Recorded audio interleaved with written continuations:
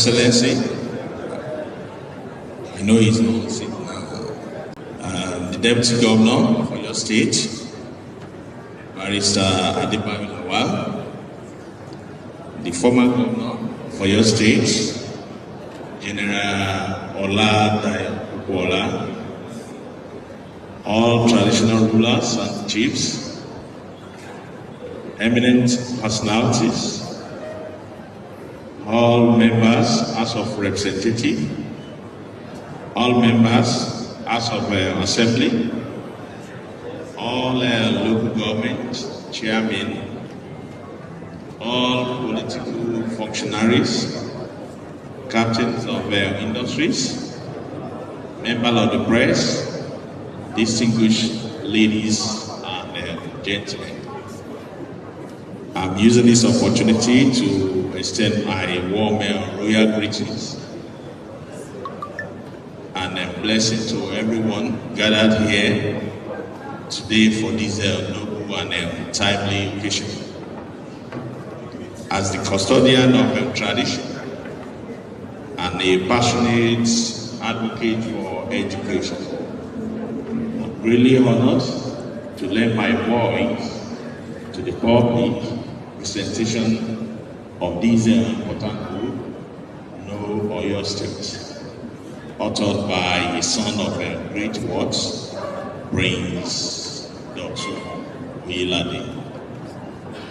This is not just a book, it's a foundation stone in rebuilding of knowledge and identity in our land.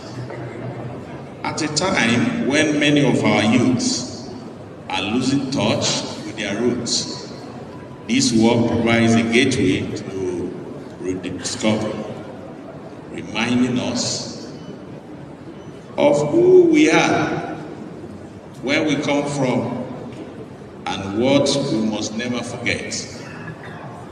As one who personifies culture and tradition, I'm deeply pleased with the extensive treatment given to our cultural and traditional institution in this publication. The Oyo Empire, which I proudly represent, is not confined to just Oyo town. It stretches across many communities and territories with a history that influenced not only Yorubaland, but large part of West Africa. The importance of understanding this vast heritage cannot be overemphasized, and that is why we are taking concrete steps to establish a cultural center for research and development, a citadel where scholars, students, and seekers of knowledge can study the rich legacy of Oyo Empire and contribute to the intellectual development of our people. This book aligns perfectly with that vision.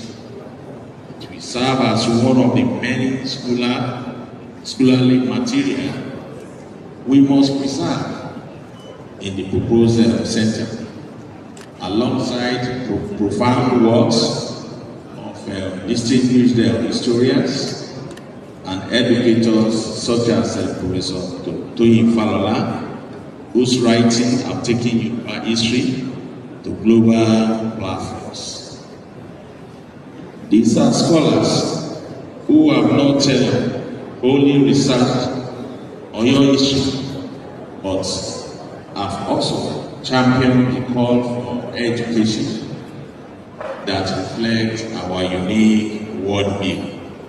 Therefore, I wholeheartedly congratulate Prince Dr. Owoade for this worthy contribution.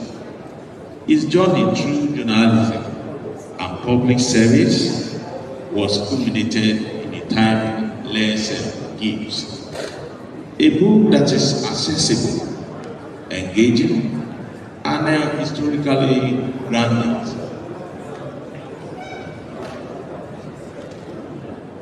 As I said, I'm particularly impressed by its appeal to youths and students.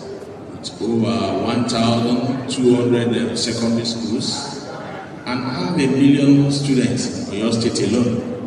The adoption of this book in our school is not just recommended, it is necessary. This is how we build patriotic minds and confident future leaders. Let me use this opportunity to call on our sons and daughters, both here present and those unavailably absent, to support youth education by investing in this book and ensuring it gets to schools, libraries, and homes. When we teach our children their history, we harm them with pride, clarity, and purpose. My prayer is that may this book find its way into every classroom. May it inspire a new generation of your sons and daughters who will not just remember their past, but rise to defend and develop it. Thank you all.